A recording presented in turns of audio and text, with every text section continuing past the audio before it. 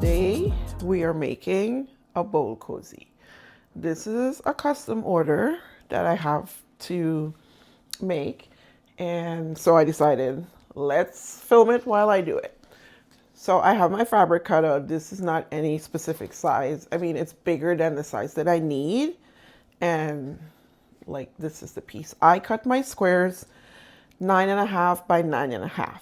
So I cut this piece out from the fabric that I had, and I am going to cut it down to the 9.5. I have ironed this fabric already. And the reason I cut it bigger is so that when I iron it, if it shrinks, I will still have enough. So I got this ruler at a quilt shop.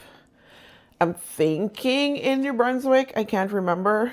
I like to buy stuff when I travel. So that's where I got this ruler. I am not really a quilter. I don't consider myself a quilter, although I have made 2 quilt projects and I have a third one that I want to do. But yeah, so sometimes, like before when I used to make bowl cozies, I make a lot of bowl cozies for the market, and before I used to cut them 10 by 10. Now I cut them 9.5 by 9.5 because this ruler is 9.5 by 9.5, which makes it much easier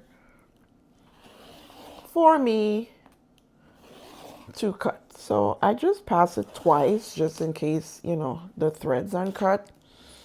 And I think I'm going to go on the other side of the table and cut that because it's awkward. And that's going to be awkward because my camera setup is in the middle here. But it's just easier to cut this direction. Give it another pass. I don't normally make bowl cozies out of white fabric because I think, like, you know, food and stains. But this customer loves this fabric and she wants it. So that we have that. And now I have 2 layers of Wrap and Zap. And what that is this 100% natural cotton batting. So before I used to buy 100% cotton batting on Amazon, and I've never had a problem with it. But in trying to look for it at 3 different quilt shops last week, nobody had 100% cotton batting. So I went to Fabricland and I got this because one of my Instagram sewing friends, actually 2 of them, said they use this because it says microwave safe on it. And sometimes if we buy like the 100% cotton, it may not necessarily be 100% cotton, and that could lead to problems because you only want to put 100% cotton on your bowl cozies. So 100% cotton fabric, 100% cotton batting, and 100% cotton thread has to be.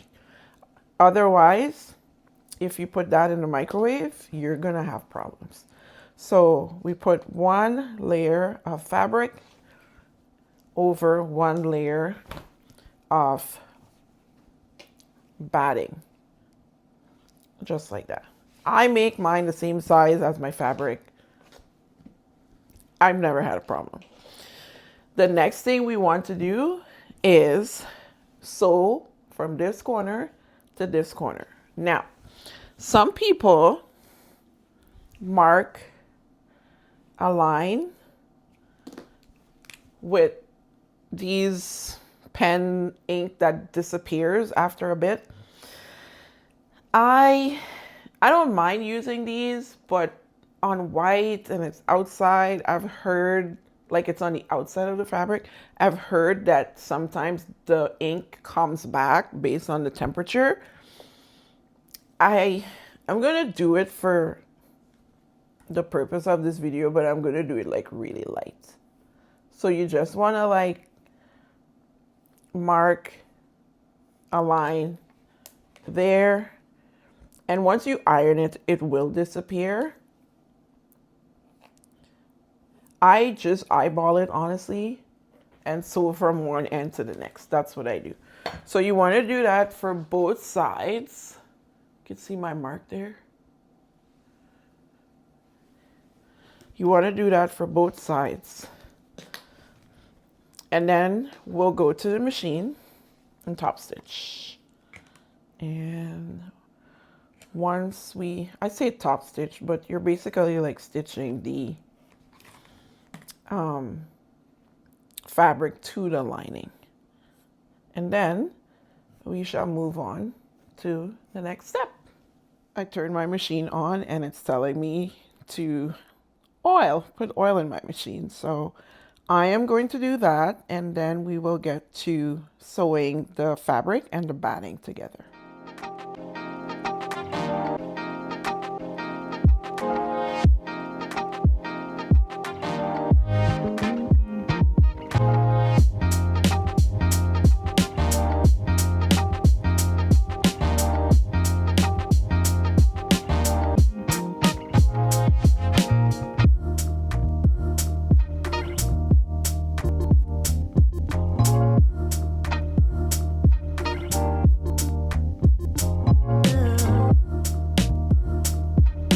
Now we're at the machine and we're going to straight stitch. I put my stitch length on 3. And again, I have 100% cotton thread on top, and also in my bobbin, it's a straight stitch. And then I just stitch across that line that I drew. And of course, it's gonna do a nesting in the beginning of my stitch. So, you know, sometimes when you start to sew, it like gets caught. That's what's gonna happen here. So what you can do is use what they call a leader fabric and just start to sew there and put your project there. That didn't work out exactly how I wanted it to, but it works. And then we just sew.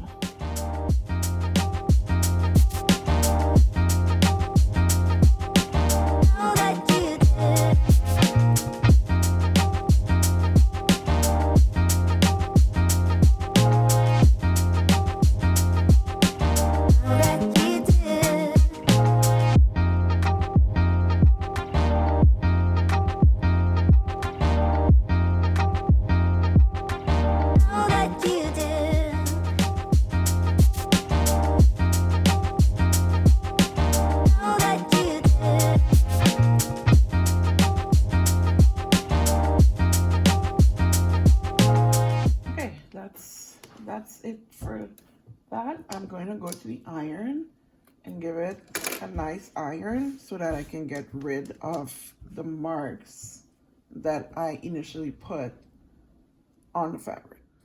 We've stitched our 2 lines.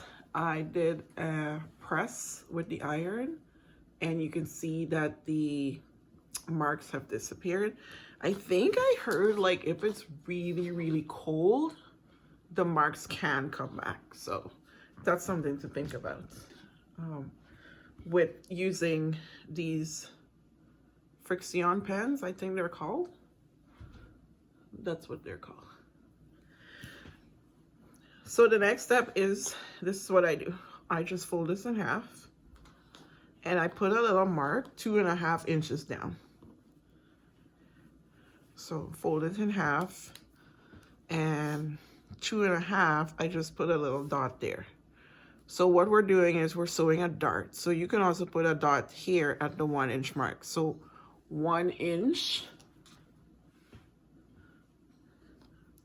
1 inch this way, and 2.5 inches down here. And we're gonna we're gonna sew this way at an angle. So from the 1 inch mark to the 2.5 inch. And you want to do that on the 4 sides of the bowl cozy. So 2.5, 1 inch. I usually don't mark it. I just eyeball it. But since I'm doing a tutorial, we're gonna do it this way. And when you're going to sew it, you have to make sure like the fabric is nice and flat inside there, because then you'll end up getting some pleating, and you don't want that to happen. 2.5, 1 inch. And you want to do that on this piece as well, and then we go to the sewing machine and sew the darts together. I have my fabric folded. I usually take like a ruler and like smooth out. Let me make sure you're seeing. Yeah, I take a ruler and I kind of smooth the fabric on the inside to make sure it's nice and flat before I stitch it together. And where is the one that okay, I'm gonna do another little, this I don't worry about the marks because nobody's gonna see on the inside. So from the 1 inch mark to the dots. And you can backstitch I would backstitch the start and the end of it.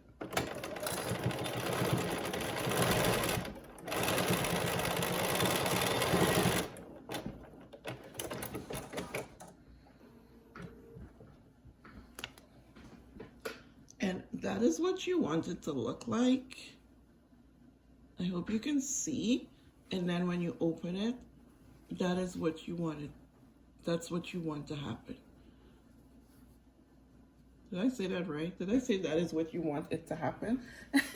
That is what you want to happen. So I'm gonna sew the rest of these, and then we're gonna trim and put our two pieces together and go on to the next step.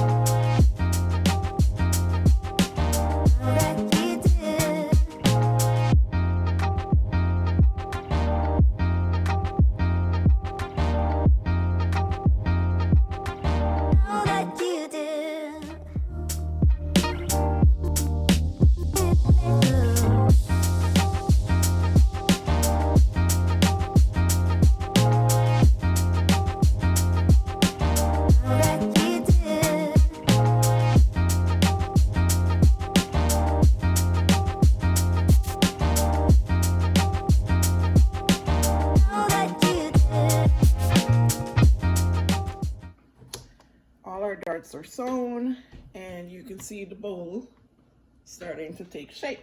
Well, it's taking the shape already. So now we just trim. I trim down to maybe 1/4 inch, and you just trim all of them.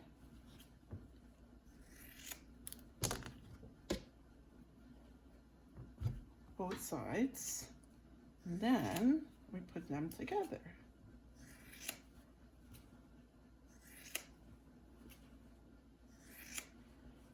So that, snip my threads. I like to snip my threads, even though it's on the inside, you know. I don't like messy sewing. I can't do it. I firmly believe if I'm giving someone something I made, and whether it's free or a product that I've sold or I am selling, I am going to give my best. Like trimming the threads really doesn't take that much time. It's not going to take away a lot of time for me. I can't speak for anybody else. So now the next step is to put your two pieces together. And you want to line up where the darts are going to be. You want to line that up. And I send one of the seams one direction and then I send the other that direction. Some people open it. For me, it's just easier to do it this way.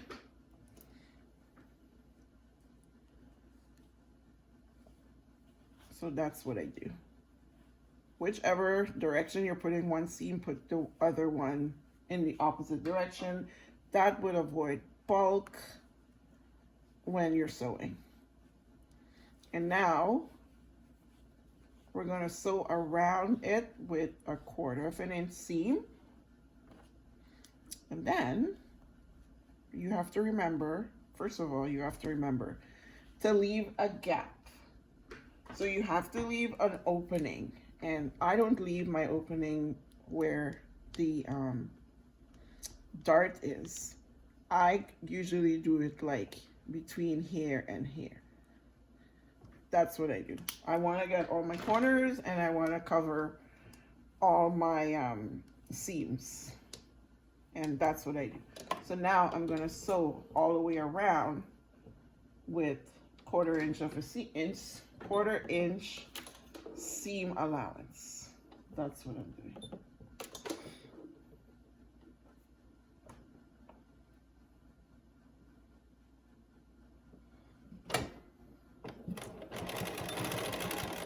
And I'm backstitching. I also backstitch my corners to reinforce them. That's what I do. And I'm pretty sure I do it over the seams as well.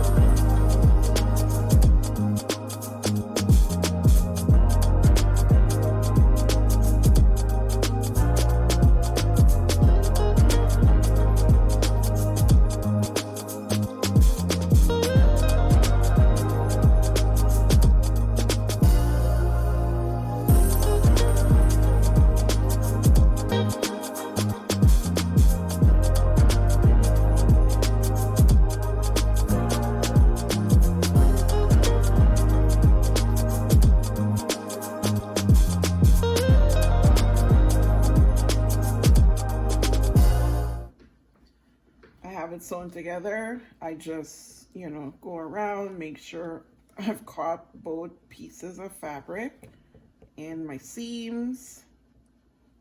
I do that before I turn it inside out because with this little opening here, you just don't want to be fighting with it. Now I just go around and trim my corners and I snip where the seams are, where the darts are. That's why I reinforce where the seams are, the seams for the darts. I reinforce that area because I know I have to snip. Just don't snip through your stitches. And when you're cutting the corners, don't cut through the stitches. And that way, when you turn, it's gonna have nice corners and the nice little V shape where the darts are. It's gonna lay nice and flat. So that is what I do. And now get rid of all the scraps, all the threads, the loose threads. And now I'm gonna turn inside out.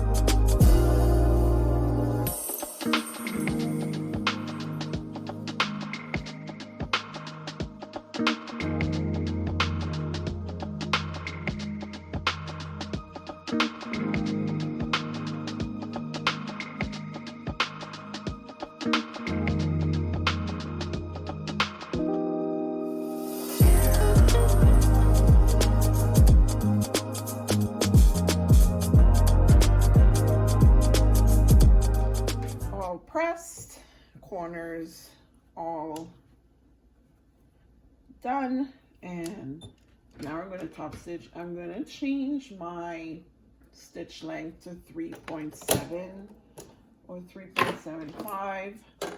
I use this foot, head stitch foot. I prefer to use this when I'm top stitching because it just gives me a nice even stitch. This is stitch, not stitch, this is foot 10D if you're using Bernina. It may be 10 on some Berninas and 10D. And the reason it's 10D is because I have dual feed in the back here. This piece that I pull down, can you see it? Yes, you can. It's like a built-in walking foot. That's what it is. So I'm gonna change it to 3.75. And what I do is I set up my, I'm gonna take it off again and show you. This metal bar, this right here, I make sure this is on the edge of my fabric, on the edge right here. That's what I do. And then I move my needle over to the left, all the way to the left. So 5 points to the left. And then I top stitch all around. So once I keep that metal bar on the edge of my fabric, it's gonna have an even stitch all the way around.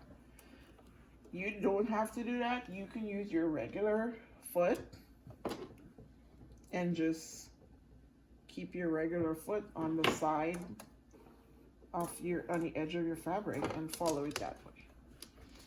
I like to hold my thread to avoid nesting at the bottom when I start to sew. And I just start to sew somewhere in the middle. And then I go.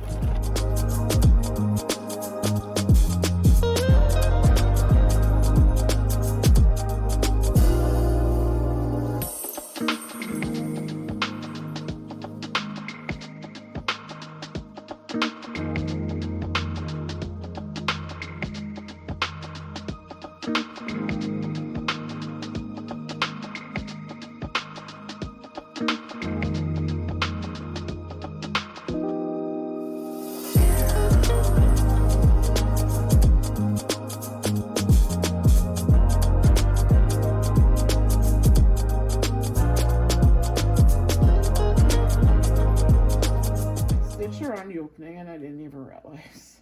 So I think, I don't know exactly. Let's see if I can find it.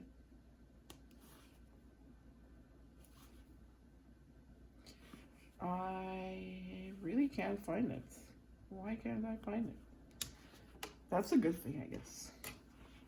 But when you're stitching by the opening, you have to make sure that you catch both fabrics on the inside. Why can't I find it? Okay. I think it's this. No, that's not it. It's here. So here's the opening. This is where the opening was. Okay. So yeah, that's our bowl cozy. And that's our bowl cozy for my customer. It is reversible, obviously, but it's the same fabric, so it doesn't look any different. You can do 2 different fabrics if you want. And that's what I had asked her, because I have like a pink stripe, and I asked her if she wanted like stripe on one side and bows on one side, and she said no, she wanted bows on both sides. So this is gonna be her personalized cozy. I want to thank you for joining me on making this bowl cozy, and I will see you in the next video. Bye everyone.